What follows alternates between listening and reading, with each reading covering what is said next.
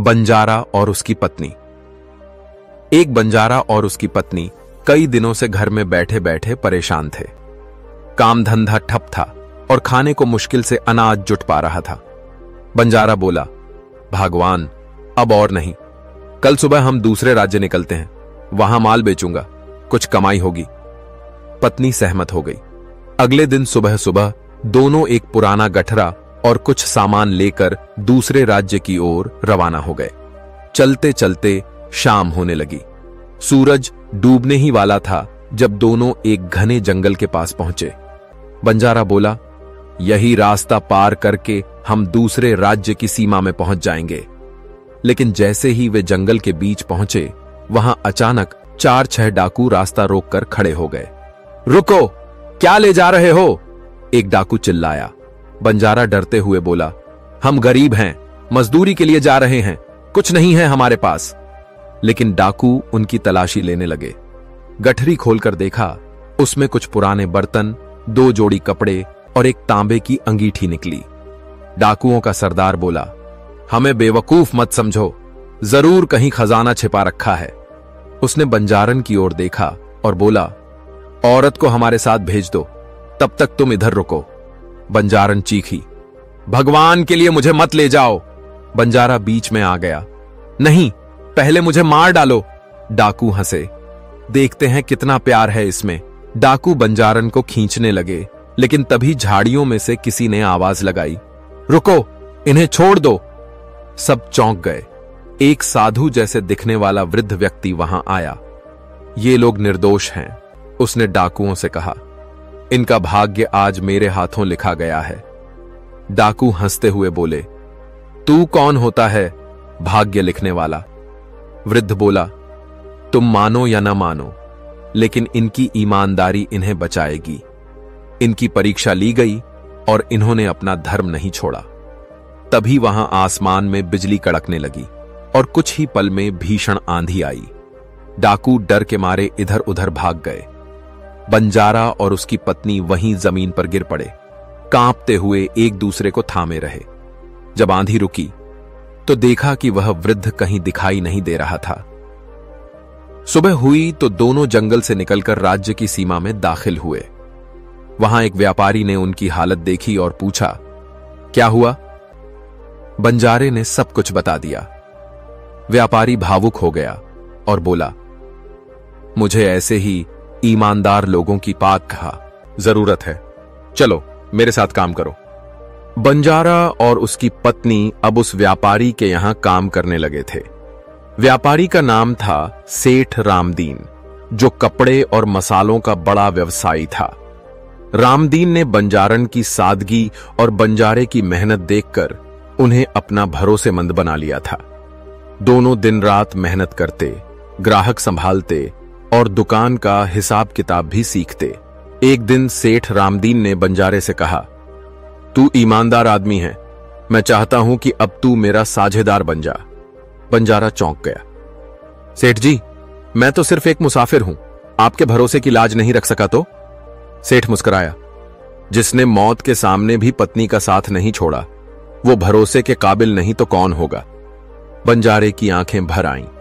अब दोनों पति पत्नी ने खुद को नए काम में झोंक दिया। धीरे धीरे बंजारा अपने हुनर से व्यापार फैलाने लगा। उसने गांव गांव जाकर व्यापार शुरू किया और हर जगह उसके ईमान की मिसाल दी जाने लगी। लेकिन वक्त एक जैसा नहीं रहता। एक दिन की बात है, बंजारा व्यापार के सिलसिले में दूर के गांव गया था। वहीं पर कुछ पुराने डाकुओं ने उसे पहचान लिया। उनमें से एक बोला, अरे, ये वही है जिसने हमें जंगल में मात दी थी। अब वे बंजारे से बदला लेना चाहते थे। उन्होंने सोचा, इस बार उसे बर्बाद कर देंगे। वे व्यापारी बनकर उसकी दुकान पर पहुंचे, महंगे महंगे सामान उधार में ले गए और झूठे नाम पते देकर गायब हो गए। जब बंजारा वापस आया और हिसाब देखा तो सब समझ गया। सेठ रामदीन बहुत गुस्से में था। ये क्या किया तुमने? लाखों का माल चला गया। बंजारा चुपचाप बोला, सेठ जी, मैं चुका दूंगा सब, समय लगेगा मगर एक एक पैसा दूंगा। अब बंजारा दिन रात काम में लग गया। उसने अपनी पत्नी से कहा, अब फिर से वो दिन आ गए जब हमें मेहनत करनी है, क्या तुम तैयार हो? बंजारन मुस्कुराकर बोली, मैंने तो तुझसे ब्याह ही इसीलिए किया था कि तू कभी हार नहीं मानता। अब दोनों फिर से सड़कों पर उतर आए। गांव गांव, शहर शहर जाकर सामान बेचने लगे। कुछ लोग हंसे, कुछ ने ताने मारे। साझेदार बनते ही कंगाल हो गया। पर बंजारा मुस्कुराता और कहता, कंगाली तो सिर झुकाने से आती है, मेहनत से नहीं। 6 महीने बाद सेठ रामदीन ने देखा कि बंजारा सारा उधार चुका चुका था। बिना एक शब्द कहे उसने बंजारे को गले लगाया और बोला, अब से ये दुकान तेरी है, तू मालिक है। हुए बोला, ना मालिक कोई होता है ना नौकर, बस साथ होता है और सच्चाई। अब बंजारा एक सफल व्यापारी बन चुका था। उसके पास नाम, पैसा और इज्जत थी, लेकिन उसके दिल में कभी अहंकार नहीं आया, क्योंकि उसे वो दिन याद थे जब उसने जंगल में डाकुओं के सामने अपनी पत्नी की रक्षा के लिए जान देने की ठान ली थी। जब उसने सड़क पर घूम घूम कर छोटी छोटी चीजें बेची थीं। एक दिन की बात है, दुकान पर एक बूढ़ा आदमी और उसका छोटा पोता आए। बच्चे के पांव में फटे हुए जूते थे और बूढ़े के हाथ कांप रहे थे। वे थोड़े से दाल चावल खरीदने आए थे, लेकिन पैसे कम पड़ गए। दुकान का नौकर उन्हें डांटने लगा, चलो चलो, पहले पैसे लाओ, तब सामान मिलेगा। बंजारा दूर से यह देख रहा था। वह तुरंत सामने आया और मुस्कुराकर बोला, बाबा, आप सामान ले जाइए, पैसे की जरूरत नहीं है। बूढ़े ने पूछा, बेटा, तुम कौन हो जो इतना दयालु हो? बंजारा बोला, मैं वही हूं जो कभी भूखा था, जिसकी बीवी को डाकू उठा ले जाना चाहते थे, जिसने सड़क पर जिंदगी शुरू की थी। बूढ़े की आंखों में आंसू आ गए। उस दिन के बाद बंजारा ने एक वादा किया, अब मैं अकेला नहीं कमाऊंगा, दूसरों को भी कमाने की राह दिखाऊंगा। उसने गांव में एक ईमानदारी केंद्र खोला, जहां वह उन लोगों को सिखाता था जो गरीब थे लेकिन मेहनती। वह उन्हें व्यापार के तरीके सिखाता, सामान उधार देता और कहता, सिर्फ मेहनत करना, ईमान रखना, बाकी भगवान और मैं संभाल लेंगे। धीरे धीरे उसके जैसे कई बंजारे तैयार हुए। कोई सब्जी वाला, कोई कपड़े वाला, कोई खिलौने बेचने वाला, सब एक ही नाम से जाने जाने लगे, बंजारे के लोग। अब हर किसी की जुबान पर एक ही बात थी, अगर मेहनत और ईमानदारी सीखनी है तो उस बंजारे के पास जाओ।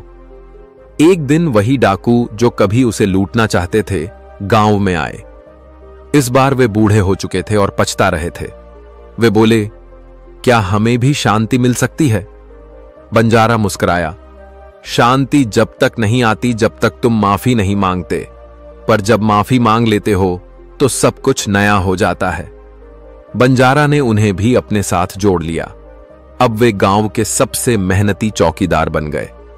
जो खुद अंधेरे से निकलता है, वही दूसरों को उजाले की राह दिखा सकता है।